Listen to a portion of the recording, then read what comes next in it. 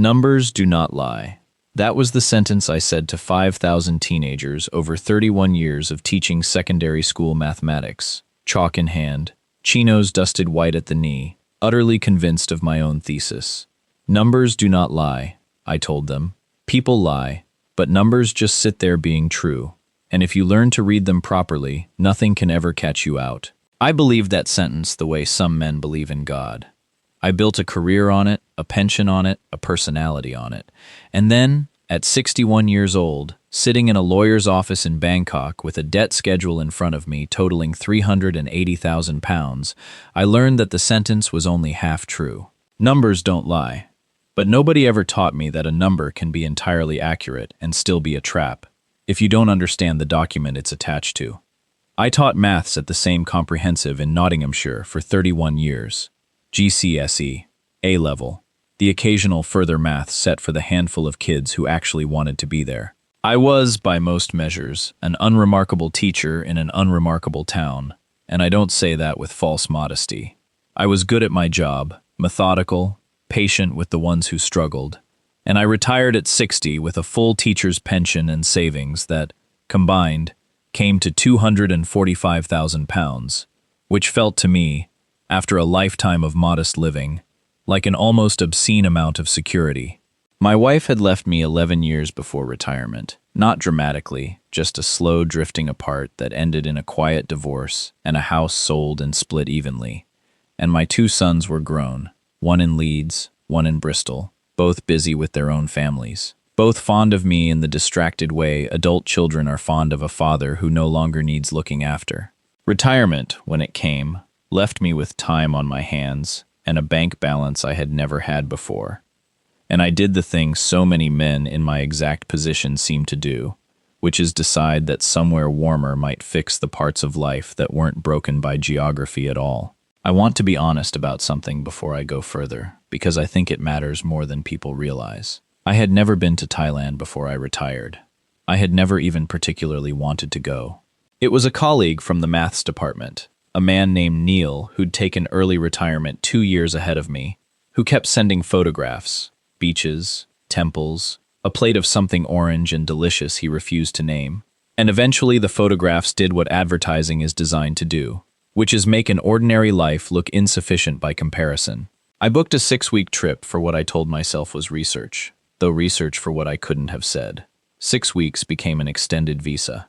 The extended visa became, within 14 months, a decision to sell the semi-detached house in Nottinghamshire and relocate the whole of my modest fortune to a rented condominium in Bangkok, in a part of the city called Chatuchak, known mostly for its enormous weekend market, which I visited exactly twice before deciding it was too crowded for a man who valued order. Neil, to his credit, was the one person who tried to slow me down before any of it started, and I think it's only fair to him that I say so plainly. We had coffee, a few weeks after I met Nampung, at a place near the market that did a passable flat white, and he asked me, in the careful way old friends ask uncomfortable questions, whether I'd thought through what it would mean to build a life with someone 37 years younger than me, someone whose family, finances, and history I knew mostly through her own account of them, rather than anything independently verified. I remember being irritated by the question, not because it was unreasonable, but because it implied a version of myself I didn't recognize, a man being taken for a fool, rather than a man who had simply, finally, found something good. I told him, with more confidence than I had any right to, that my situation was different, that I had done this slowly, that I wasn't buying property or handing over lump sums the way some of the men we'd both heard stories about had done. Neil didn't push further that day. He simply said that the men in those stories had all, at some point, said something very similar, and left it there. And I remember driving home more annoyed at him than the moment warranted, which is usually, I have since learned, a fairly reliable sign that the thing annoying you is closer to true than you'd like. I met her on an ordinary Tuesday, which is the detail that still strikes me as absurd, because Tuesdays had always been my most ordinary day, marking exercise books, watching the football highlights. Nothing about Tuesday had ever meant anything before. She was working at a small financial services office near my building, the kind of place that helps expatriates navigate bank accounts and tax residency questions, and I had gone in to ask a straightforward question about currency transfer limits. Her name was Nampung.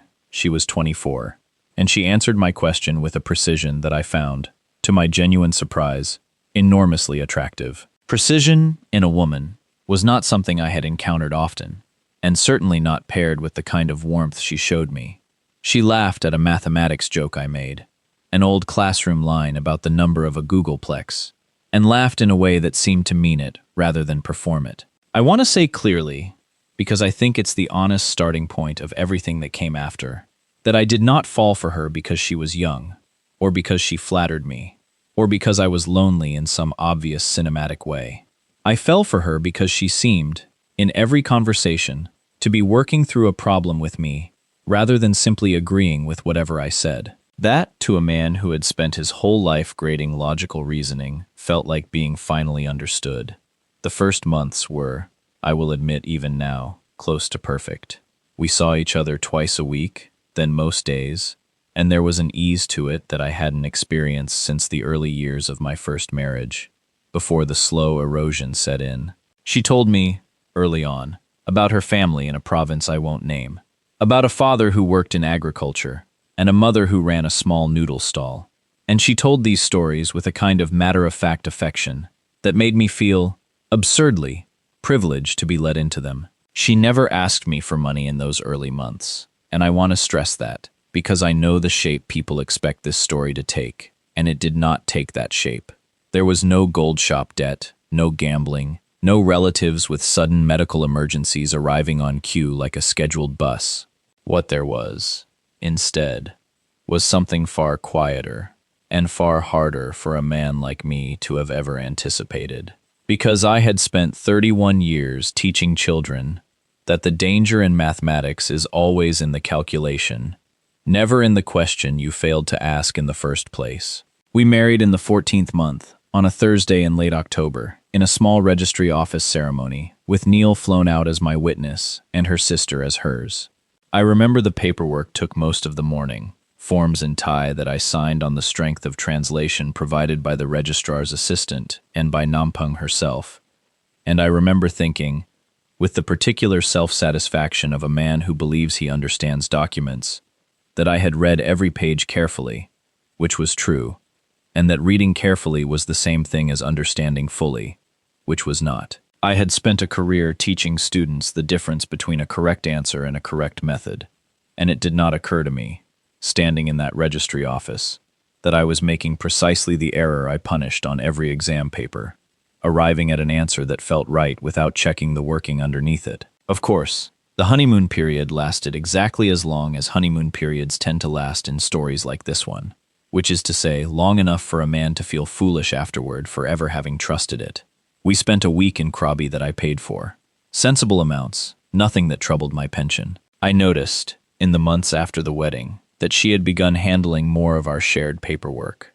Bank correspondence, condo lease renewals, the ordinary administrative sediment of a marriage. And I welcomed this, because Thai bureaucracy had always struck me as a labyrinth I was glad to have a native guide through. I noticed, too, that her phone rang more often in the evenings, calls she took in the corridor rather than the living room. And I explained this away the way every man in every version of this story explains things away. Which is to say, I told myself it was family, it was work, it was none of my business, and mostly, I believed myself. The first sign, if I am honest about calling it that in hindsight rather than pretending I understood it at the time, came about 4 months after the wedding, when a letter arrived at our condominium addressed to a Mrs. Nampiung, using, I noticed distractedly, my own surname attached to it, from a consumer finance company I had never heard of. She intercepted the post that morning before I'd properly looked at it, said something breezy about an old account she was closing, and I let it go. The way you let go of a single loose thread on a jumper because pulling it seems more trouble than it's worth. I want to flag, because a man in my position ought to be honest about his own failures of attention, that there were perhaps 3 or 4 more letters like that one over the following months, each intercepted, each explained away with a different breezy phrase. And each time I found the explanation sufficient, not because it was especially convincing, but because I did not want to be the kind of husband who opened his wife's post and treated her like a suspect. There was a particular evening, I think it was early February, that I have gone back over more times than any other single memory from that period. We were having dinner at a small restaurant near Ari, one we'd been to a dozen times before, and her phone buzzed twice during the meal, and both times she turned it face down, without looking at it, in a way that struck me, even at the time, as slightly rehearsed. I asked, lightly, whether everything was all right at work, and she said yes, of course, and changed the subject to a documentary we'd both been meaning to watch, and I remember consciously deciding, over the dessert menu, not to pursue it further, because pursuing it further felt disproportionate to 2 phone calls turned face down. I think about that decision often now, not because turning down a phone is proof of anything on its own. It isn't. And I'd resent anyone suggesting it should have been an alarm bell loud enough to change my entire trajectory. But because it was one of perhaps a dozen similarly small moments across those months where I chose the interpretation that required nothing further of me. And I am no longer able to pretend that pattern was accidental on my part rather than a kind of willed convenience. 6 weeks before everything came apart, I noticed a change in her that I registered but, again, failed to properly interpret. She became less available in the evenings, spent more time with her sister, was defensive in a way she had never previously been when I asked simple questions about her day. I remember asking her, over dinner one evening, whether everything was all right, and I remember her answer with unusual clarity. She said she was tired, that work was demanding, that I shouldn't worry so much, and she said it with a brightness that didn't quite reach the rest of her face. I did not think, that night, that anything was fundamentally wrong. I thought, if anything, that I was being oversensitive, a retired teacher with too much time and not enough to occupy his analytical mind, inventing patterns where none existed. It is a particular kind of irony that a man who spent his career telling students not to trust a gut feeling without checking the data was, in his own marriage, doing exactly the opposite, trusting the absence of obvious data as proof that nothing was wrong, rather than as proof that I simply hadn't looked hard enough. The call that changed everything came on a Monday morning in March, and I remember it precisely because I was marking, out of old habit, a stack of practice exam papers I'd offered to help a former colleague grade remotely, and the number on my phone was one I didn't recognize, a Bangkok landline. The man on the other end introduced himself as a representative of a debt collection agency and asked, with a politeness that somehow made it worse, whether he was speaking to the husband of Nampung, and whether I was aware of an outstanding balance, under joint liability, in the amount of 112,000 baht. I told him, quite honestly, that I had no idea what he was talking about. He told me, with the same unhurried politeness, that there would likely be further correspondence, and that I might wish to consult a lawyer. I put the phone down and sat very still in my kitchen, for what felt like 10 minutes, and was probably closer to 2. Doing the thing that 31 years of teaching had trained into me without my permission, which was converting the number into pounds sterling, before I had even decided how frightened to be. 112,000 baht was, at the exchange rate that week, a little over 2,500 pounds. Manageable, I told myself. An error, probably. The kind of thing a phone call could sort out. It was not, of course, the only call. Within 11 days, I had received 4 more, from 4 different institutions, each politely informing me of an outstanding balance now attached to my name by virtue of marriage, and each amount larger than the one before it, until the cumulative figure I was scribbling on the back of an old exam paper, because some habits never leave you. And mine has always been to write numbers down the moment they frighten me, as though seeing them on paper makes them more manageable rather than less, reached a total that made my hand, quite literally, stop moving on the page. I want to describe what that moment felt like, because I think it is the truest part of this entire account. It did not feel like panic, not at first. It felt like the specific, cold clarity of realizing you have been marking an exam paper with the wrong answer key the whole way through, and that every single mark you've awarded, going all the way back to the first question, is now void. Not wrong in a small way, wrong at the foundation. I confronted her that same evening, calmly, because calm was the only register I had access to. I have never, in 61 years, been a man given to shouting, and I did not become one that night. I asked her directly what the debts were, and I asked her, more importantly, when they had been taken out. She did not deny their existence, which I will say, grudgingly, in her favor. What she offered instead was a version of events that shifted slightly each time I asked a follow-up question. Small debts here and there, some going back years, some she described as old business, nothing to worry about. And when I asked the plain question, "Did you know, when we married, that this would become my responsibility too?" she looked at me, for a long moment, with an expression I have spent months trying to categorize and have failed to settle on. It was not guilt, exactly. It was closer to mild irritation at having to explain something she considered self-evident. "You worry about numbers too much," she said, at one point, which struck me as an almost comically precise thing for her to say to a mathematics teacher, though I don't think she meant it as anything other than plain frustration. When I pressed further, asking why none of this had been mentioned before the wedding, she told me that in her family, debt was simply a private matter, something you managed quietly, rather than something you announced to a new husband before the ink was dry on a marriage certificate, and that I was treating something ordinary as though it were a betrayal. I remember sitting across from her at our own kitchen table, doing the thing I have done my entire life when a conversation stops yielding useful information, which is going quiet and simply watching. And what I watched, that evening, was a woman who did not appear to be searching for the right words to reassure me, but rather selecting, carefully, which version of the truth would end the conversation soonest. I want to record, because I think fairness requires it, that there was one moment in that conversation where something in her face shifted, briefly, into something that looked almost like the warmth I remembered from the financial services office all those months before.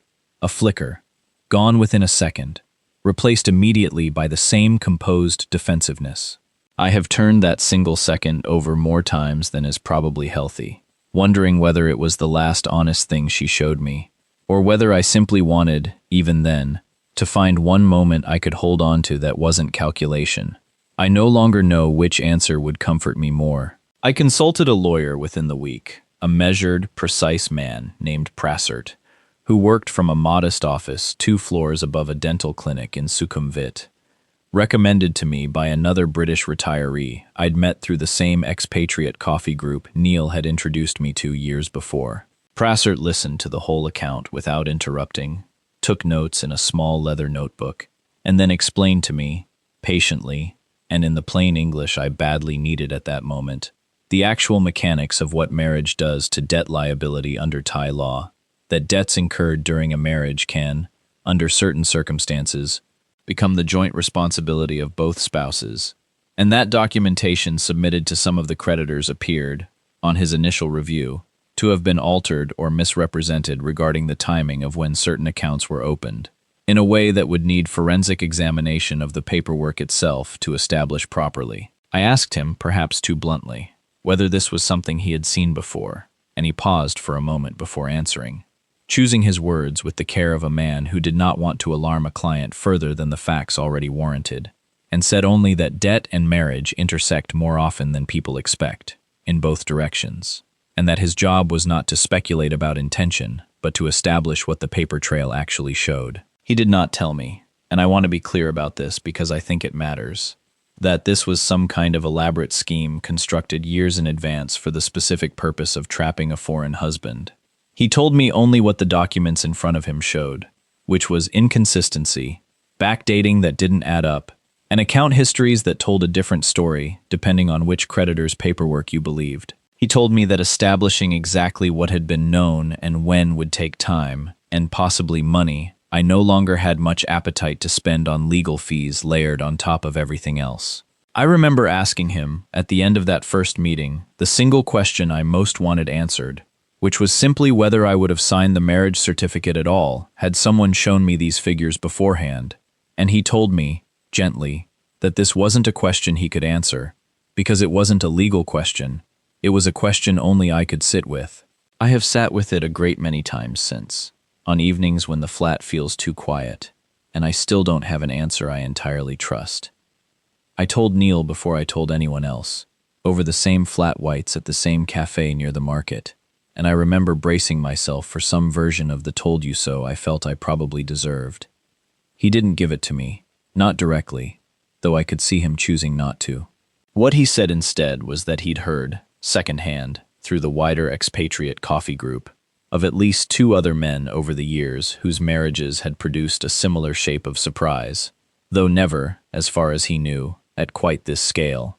And he said it not to make me feel less foolish, but, I think, to make me feel less alone, which is a distinction that mattered to me more than I expected it to. One of the men he mentioned, a retired quantity surveyor from Leicester I'd met once or twice at the same coffee mornings, had apparently gone through something comparable involving a car loan and a family business debt some years earlier, though far smaller in scale, and had simply absorbed the loss and never spoken of it again. Neil said the man still came to the coffee mornings, still smiled, still never mentioned it. And I remember thinking, hearing that silence must be its own kind of debt, quietly compounding, and that I did not want to spend the next decade paying interest on a secret the way that man apparently had. I want to be honest that not everyone in that group was as generous as Neil. One man, an Australian I didn't know especially well, said something to the effect that anyone who marries a woman 30 years younger without independent legal advice on both sides has, in his words, signed the check before reading the bill. And while the bluntness stung at the time, I have come, slowly, to think he wasn't entirely wrong, even if I'd have appreciated a gentler delivery. I did not go back to the coffee mornings often after that, not out of anger at any one person, but because I found I no longer had the appetite for the performance of ordinary retired expat conversation, while carrying a debt schedule most of them would never need to imagine for themselves. I sat in his office that afternoon and did what I have done my entire adult life when the world becomes too large and frightening to hold in my head all at once, which is reduce it to arithmetic. I asked him to write down every figure he had confirmed so far, and I added them myself, on the back of his letterhead, in the same handwriting I'd used to total up mock exam scores for 3 decades. The number, when the ink dried, was £380,040, once every currency had been converted, and every creditor's claim accounted for. I had £245,000 in the entire world. I remember doing the subtraction almost without meaning to, because subtraction was the one operation I could always trust to be honest with me, and the resulting figure, a negative number, a debt that exceeded everything I had ever saved across 31 years of careful, unglamorous work, sat on that page in front of me with a kind of terrible cleanness. I have taught negative numbers to children for 3 decades. I explain them as simply a direction, not a failure, a position on a line rather than a judgment. Sitting in that office, I understood for the first time in my life what it actually feels like to become one. I want to describe the weeks that followed honestly, because I think the anger that came, when it came, was different from the anger I'd expected of myself. It was not hot. It did not make me shout, or throw anything, or do any of the things I imagine other men in my position might have done. It settled into something colder, more procedural, the same quality of attention I used to bring to a badly behaved Year 11 class, a kind of icy, methodical focus that frightened me slightly, because I did not recognize it as any version of myself I had met before. I stopped asking her questions I already suspected she wouldn't answer honestly. I started, instead, simply documenting every letter, every call, every date, with the same discipline I had once applied to a mark scheme, because I understood, finally and far too late, that documentation was the only defense I had left, and that I should have been building it from the very first letter she'd intercepted, rather than from the 11th call from a collection agency. I built a spreadsheet, in the end, because of course I did, because a spreadsheet was the one tool I had ever fully trusted, and I populated it in the evenings after she'd gone to her sister's, column by column, creditor name, amount, date of account opening as claimed, date as it appeared on the paperwork Prassard had managed to obtain, discrepancy where one existed. There is something almost obscene about how calming that exercise was, given what it represented, but I recognized, doing it, the same steadying sensation I used to get from marking a stack of exercise books on a difficult evening. The sense that however chaotic the day had been, here at least was a task with a clear right answer, rows that would eventually total correctly if I was patient and careful enough. I filled that spreadsheet late into the night for weeks. And I think, looking back, it was less an act of legal preparation than an act of grief management disguised as one, a way of feeling useful, while everything around me remained entirely outside my control. The separation, when it came, was not dramatic. There was no scene, no shouting match captured by a neighbor, no dramatic packing of suitcases in the rain. There was a series of increasingly formal conversations, a mediator, and eventually a lawyer's letter of my own, confirming that we were pursuing separation, during which Prassert continued, slowly and expensively, to establish exactly how much of the debt I could realistically be held to, and how much might, with sufficient evidence of misrepresentation, be successfully disputed. I will say plainly that this process is not resolved as I write this, and that the not knowing has become its own particular kind of exhaustion, different from grief, different from anger, closer to the specific fatigue of watching a long division problem that refuses to terminate, remainder after remainder, with no clean number waiting at the end of it. I think, of all the things I have had to reckon with, the hardest has been the specific humiliation of my own profession turning on me. I spent 31 years telling teenagers that if you show you're working, if you check each step against the one before it, the final answer will look after itself. I believed, on some level I never examined closely enough to question, that this principle extended past mathematics into life generally, that a careful man, a methodical man, a man who read every document before signing it, could not be caught out in the way careless men are caught out. I have had to sit with the fact that I read every page of every document I signed in that registry office, and that reading is not the same as understanding, and that understanding a language you don't speak, translated by people with their own reasons for wanting you to sign quickly, is not the same as understanding it all. Of course it wasn't. Of course the man who spent his life grading correct method over lucky answers missed the one calculation that mattered most, because he assumed the question itself was honest, and never thought to check. I am back in England now, in a rented flat in Nottingham, rather than the house I sold, because there was no sense keeping the condominium in Bangkok once the marriage was over and the debts were, at least partially, being contested through the courts. I am 62. My pension, once I have settled what Prassert believes can reasonably be settled, will still be diminished by an amount I genuinely cannot yet put a final figure on, and I have had to accept, slowly and with considerable resistance, that some numbers cannot be resolved to a clean decimal the way I always promised my students they eventually would be. I took on some part-time tutoring within a few months of coming home, GC resit students mostly, teenagers who'd failed their maths the first time round and needed someone patient to walk them through it again.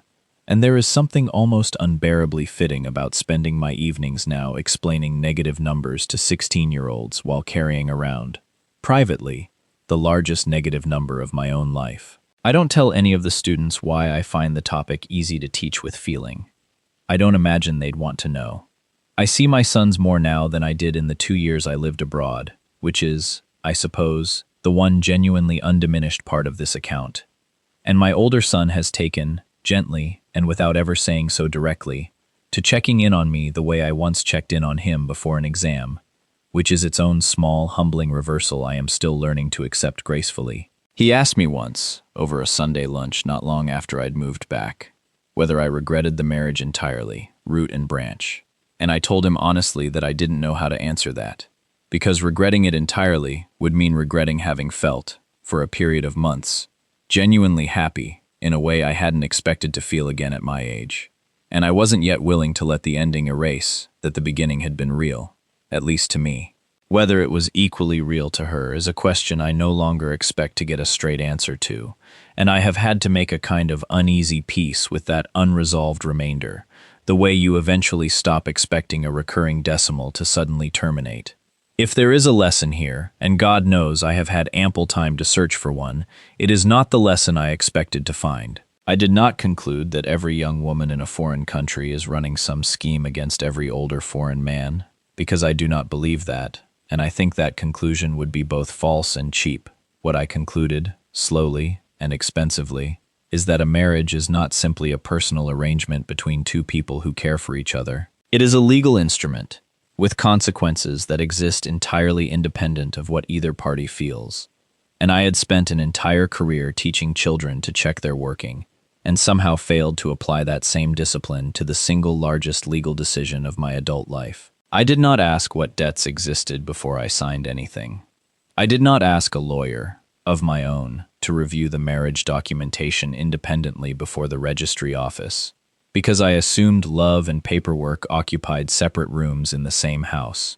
And I have learned, at considerable cost, that they do not. If you are a man reading this, in Thailand or anywhere else, about to marry someone whose full financial history you have not seen, independently verified, in writing, from sources that are not simply her own account of it, do not assume, as I did, that your own carefulness in every other part of life will automatically extend to cover this one. Show your working. Check every step against the one before it. I did that for 31 years in a classroom, and it never once occurred to me that the most important exam of my life would be the one where nobody handed me the paper until it was already too late to check my answer.